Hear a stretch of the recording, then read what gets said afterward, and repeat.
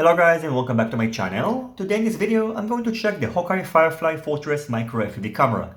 This review is going to be split into three parts. On the first one I'm going to go over the camera features, measure its latency and also measure the output strength of the included VTX.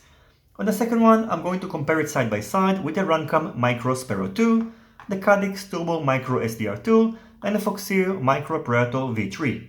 Finally, on the last part, I'm going to mount it on one of my micro quadcopters and head outdoors and test it out. In addition, Hawkeye generously sponsored a nice giveaway, so one of you guys is going to win this camera.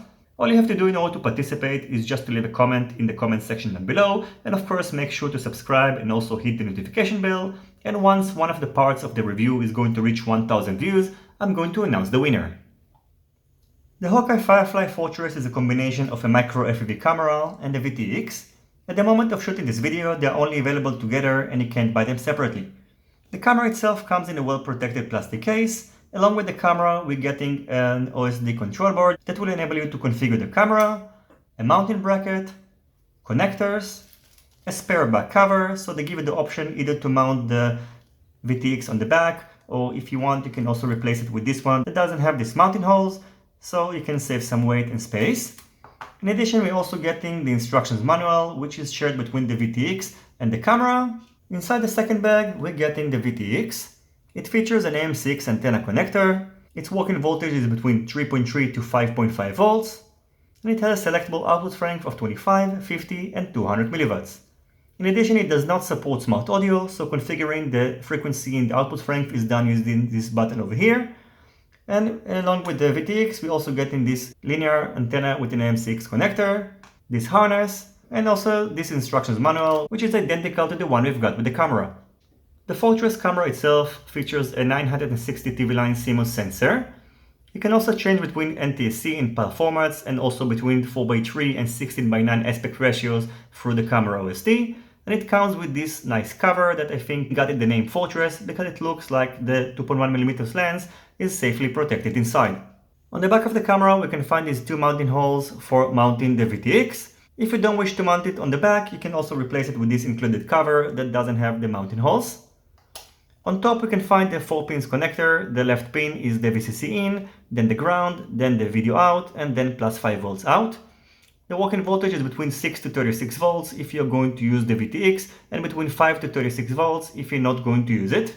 In addition, you also have an option to power the camera with batteries between 3.5 to 4.3 volts, which is going to be useful if you want to connect it directly to a 1S battery. In order to do it, you will have to remove the back cover, then you will have to remove this resistor and solder this pad and the center one together. This is a pretty delicate soldering work, so if you decide to do it, I recommend to be careful.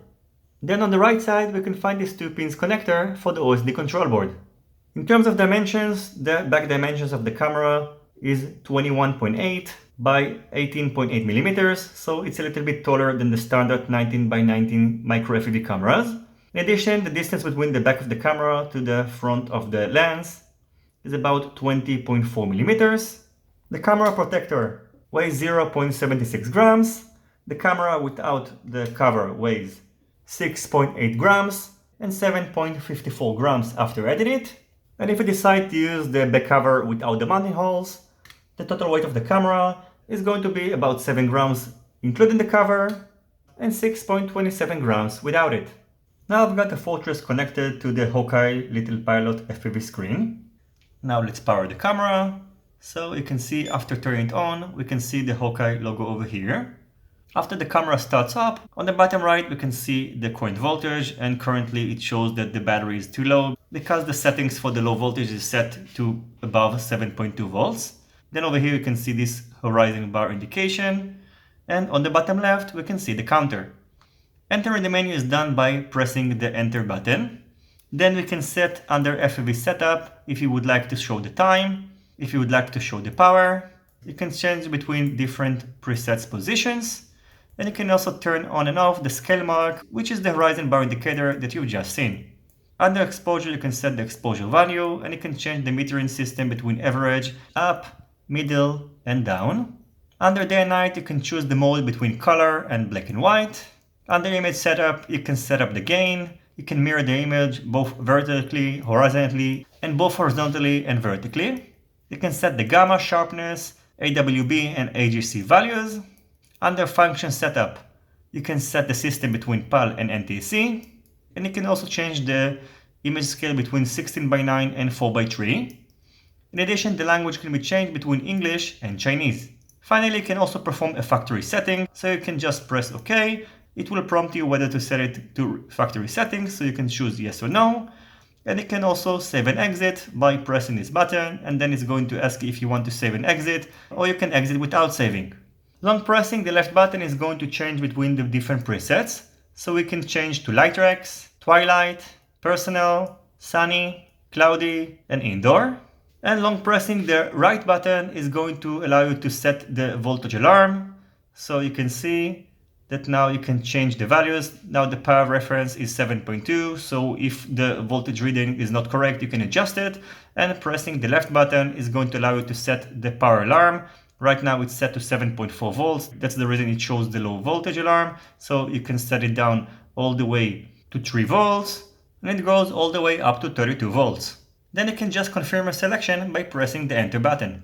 Now, even though most of the flight controllers these days feature an OSD, which will enable you to show the voltage on the screen, it is still nice to have the ability to show the voltage using just the camera, because sometimes things go wrong and the OSD stops functioning, so this will give you another option to display the voltage, which is probably the most important value that you're going to display on your FPV feed. The next thing I've done is to test the latency. In order to do so, I filmed the FPV screen at 240 frames per second and then turned off the light. What we're going to measure is the time that it took for the FPV screen to go completely dark after turning off the light. So you can see, for example, right now the light is on and then I turned off the light, but we can still see the image on the screen because of the latency. Every frame is 4 milliseconds. So now let's count the frames. So we have 1, 2, 3, and 4 frames until the screen went completely dark, so I can estimate that the latency is between 16 to 20 milliseconds. Moving on to the VTX. By default it supports 48 channels, but if you're going to remove the resistor, which is located over here, it is going to support 72 channels. In addition, on top it features an AM6 antenna connector. Its working voltage is between 3.3 to 5.5 volts, and it doesn't support, unfortunately, smart audio, so you have to configure it using this button, and this screen over here is going to reflect the frequency. The distance between the two mounting holes is about 15 millimeters. Its dimensions are about 22.1 by 17.8 by 6.4 millimeters, and it weighs about 2.4 grams without the including antenna, and about 4.2 grams including it. Now I've got the VTX powered up. Short pressing this button is going to switch between the 8 available channels. Long pressing it for about 2 seconds is going to switch between the bands. So for example, now it is set to D, and after long pressing this button, it is going to be changed to E. You can see that now all these 3 LED indicators are off, which means that the VTX is not transmitting. And you can see that the measured output strength is close to 0. Long pressing this button for about 10 seconds is going to set it to 25 milliwatt. And now you can see this LED indicator is on, and the measured output strength is about 29 milliwatts. Long pressing it again is going to set the output strength to 50 milliwatts. You can see that now the middle LED indicator is on, and the measured output strength is about 54 milliwatts. And finally, long pressing it again for 10 seconds is going to set it to 200 milliwatts. And you can see that now the right LED indicator is on, and the measured output strength is about 125 milliwatts. However, if you're going to switch to different channels and bands, it's going to affect the output strength. So now I'm going to set it to F7, and you can see that now the measured output strength is about 246 milliwatts. Now I'm going to let it work for about 2 minutes and then measure the output strength and also measure its temperature.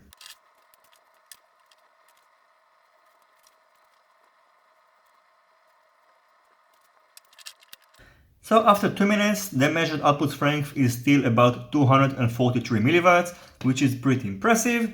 And now let's measure the temperature. And it seems that this is a pretty cool VTX. At its hottest point, I think that I'm getting around 32 degrees Celsius. which is about 89 degrees Fahrenheit.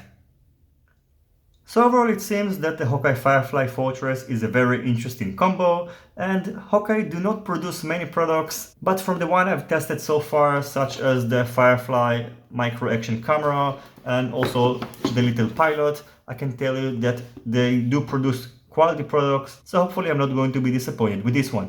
I would like to take this opportunity to thank Hawkeye for sponsoring the giveaway, and I would like to remind you that if you want to participate, make sure to be subscribed and also to turn on the notification bell, and once one of the parts of this review is going to reach 1000 views, I'm going to announce the winner. In the next part, I'm going to do the side-by-side comparison video, and in the last part, I'm going to mount the Firefly Fortress on one of my micro FPV quadcopters and head outdoors and test the camera along with the VTX. As always, I thank you for watching my video. I hope you enjoyed it and you find it useful. If you have any questions about this camera and VTX, feel free to ask it in the comment section down below.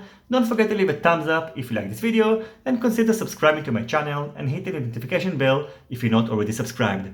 See you in my next videos, and goodbye.